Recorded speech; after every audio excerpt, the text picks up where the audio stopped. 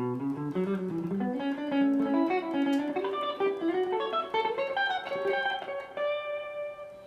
welcome to the video. So that was just a lick I made up last night after I got back from my trip. Hadn't actually touched my guitar in like 5 days, but I wanted to give you an idea of what kind of stuff I do. Normally my channel is instructional videos, scales, arpeggios, improvisation, technique, theory, all that kind of stuff.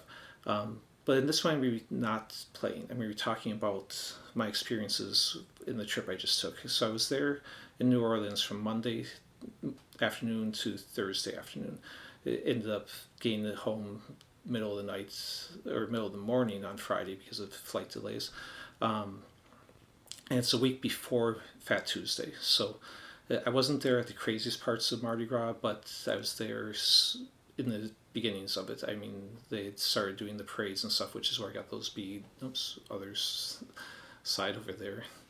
Everything's reversed on the monitor. So, I went to one of the parades. I ate a lot of good food and listened to some live music. So I'm here to talk about the live music aspect of it. Basically, I was staying a block off Bourbon Street. So I'm going to talk about Bourbon Street, French Market, Frenchmen St, and Jackson Square, which is the places I heard live music. I'm going to tell you both good and bad in my impressions. This was the first time I'd ever been there, so I don't have a lot of inside information, or if you want an actual guide, I'd go with someone who actually lives there and performs there. But I'm just giving you my reaction to this stuff. Because it was a small window of time that I was there, it might not be what it'd be like if I was there a different time of the year. But anyway, so I'm going to start with Bourbon Street. Since my hotel was only a block off there, I, both in daytime and nighttime, walk through Bourbon Street quite often. I saw during the day a couple of decent bands in Bourbon Street, which kind of surprised me because pretty much at the time when I was walking through around noon, it was mostly all the shipments of beer and other stuff restocking the bars, and like one of the bands who was playing only had like 2 people in the whole place on it. So, it would be kind of a good time to find some bands to listen to at that time if you want a less hectic thing. At nighttime was at Bourbon Street. The first 2 nights were a little bit different, Monday and Tuesday. Wednesday, they were starting to kick into Mardi Gras a little bit more. That's when the police on the horseback came out and the floodlights and all that stuff. One thing I noticed on that Wednesday, so I'm assuming this would continue into Fat Tuesday too. But again, I wasn't there through that time period, but I noticed that there was actually less live music on the last day I was there. Some of the bars that had live music on previous nights had switched to just pumped in music or DJs, and didn't have live bands anymore. I think because they're going more for the party feel and drawing in the drunk people want to dance rather than people want to listen to music. The first 2 nights I was there, though, there were a fair amount of bands playing.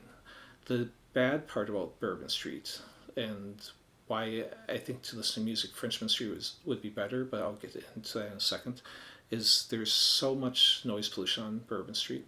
A lot of the souvenir shops, a lot of smaller bars don't have live music, but they still crank up their PA systems with the equivalent of just Spotify or radio type stuff.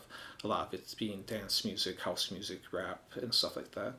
That's kind of competing with the actual live bands, and a lot of times making it hard to even hear some of the live bands unless you're right in front of their door or inside the bar.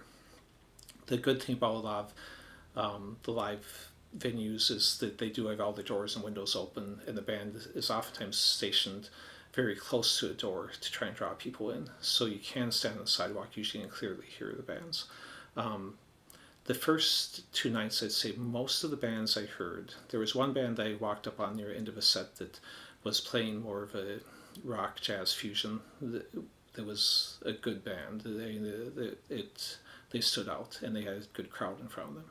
But a lot of them were honestly fairly average cover bands, and what I think made them probably weaker and not as good as they could have been even is because they're playing mostly for tips. They were actively taking requests and asking if there's any songs people want them to play.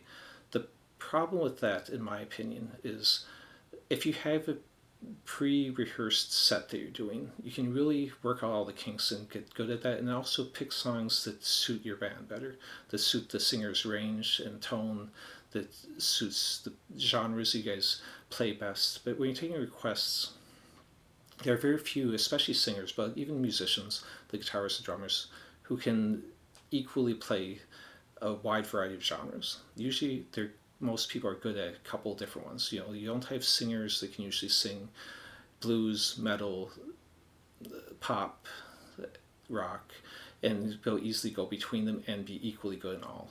So this types of songs I was hearing requested were a lot of classic rock type stuff, stuff from the 60s through 90s, nothing pretty much from the past 30 years. And I think that was partially because a lot of the clientele in those nights were people in their 40s, 50s, 60s. So I was hearing stuff like Crazy Train, I Love Rock and Roll, Sunshine of Your Love. I heard a couple Prince songs, a couple AC/DC songs, Ted Nugent, Nirvana, Jump by Van Halen, and because it's requests too, a lot of them were those really popular radio songs. But like I was saying earlier, it's tough for a band to go from like Prince to AC/DC and be equally good at both. So most of the bands I'd say were competent, that they sounded like the songs, but they weren't necessarily exceptional at what they were playing, and they weren't necessarily better than what you hear in most cities across the country. If you go into your average bar and listen to a cover band. Where I heard better music was on Frenchmen Street and French Market, which I'll talk about in a second. Another thing that was distracting on Bourbon Street is I have no problem with buskers. In fact, I will stop and listen to them, and I'll give them money sometimes if they're good. And I've even done some busking when I was young, just a few times. But what you'd have a number of kids playing pails with drumsticks, playing drums on the pails, and I don't have a problem with that either. But they were setting up where the crowds were, which is usually right outside the live music venues, and so people standing on the sidewalk trying to listen to live music, there'd be someone just 15 feet away playing drums on a pail, and what drums they're playing had nothing to do with the songs that were going on inside. They're completely just playing in their own world, totally ignoring what was going on. So it's, to me, kind of rude, honestly, to the live musicians they're playing. If you are set up outside of a souvenir shop that has the radio playing, that's fine. Or even in front of a bar that has pumped in music that doesn't have a live band, I think that's fine. But setting up right next to a live band and then playing something that's completely different than them, it was kind of distracting and annoying. But I get it. They're trying to make money. If you want to see buskers, though, Jackson Square is a better place to go. There's a number of them down there, and they're set up in the park square, so they're actually adding to the environment and interesting to listen to, and there's artists set up down there and stuff too. I heard a good singer who was in French Market who was busking, so there's some good people doing that, and they're actually worth stopping and listening to. French Market and Jackson Square are right next to each other, and both of them are within walking distance of Bourbon Street, or you can take a streetcar. French Market is kind of a long strip of stores, and then at the end, kind of more like a flea market. They had one of the better bands I heard down there playing at one of the places. I went through there 2 different afternoons, and the same band was playing both times. It was more of a blues band, and they were all old guys, and they were probably been doing it their whole life. They sounded like, and they were playing a variety of stuff, including stuff like Stevie Ray Vaughan and stuff, and they were doing a good job of it. So that was one I stopped and listened to that was worthwhile. There's a couple live bands playing at the market, so that's a much more pleasant way to listen to it. You can sit down in the actual restaurant, or there's a park right next to the one restaurant that had benches in there. You can sit down and still clearly hear and see the band. If you continue further past French Market, there's Frenchmen St, which I didn't do a lot of research before getting there, but I did enough to know that was considered a better place to listen to music than Bourbon Street. So I wanted to check that out at least one of the nights, which is what I did. And I would agree. It's a better place, at least the nights I was there, to listen to music. in that you don't have all the souvenir shops cranking up music. You don't have bars with DJs or other pumped in music cranking up, competing. It's pretty much all live bands, and because of that the volume wasn't excessive. You could clearly hear whichever band you were stopping in front of without a lot of bleed over from a lot of other bands, or just music in general and not bands. And that was more jazz and blues, I would say, in that area. And there were a number of bands that I'd say were worth stopping and listening to when I was down there. It's a much smaller area. It doesn't stretch as long as Bourbon Street, but like I said, it's got a number of music venues in there, so you still have a variety of choices to pick from.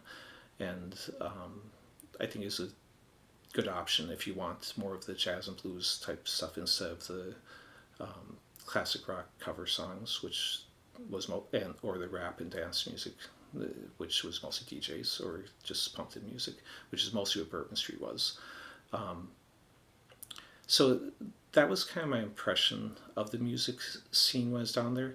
Obviously, I didn't go out into the rest of the city. I was at my only going to things within walking distance, but I think a lot of tourists who are coming in are pretty much centered around that French Quarter in that general area. So, I got that kind of tourist experience. But anyways, thanks for watching. If you are interested in more of the instructional stuff, then subscribe and check out my other videos. Otherwise, thanks.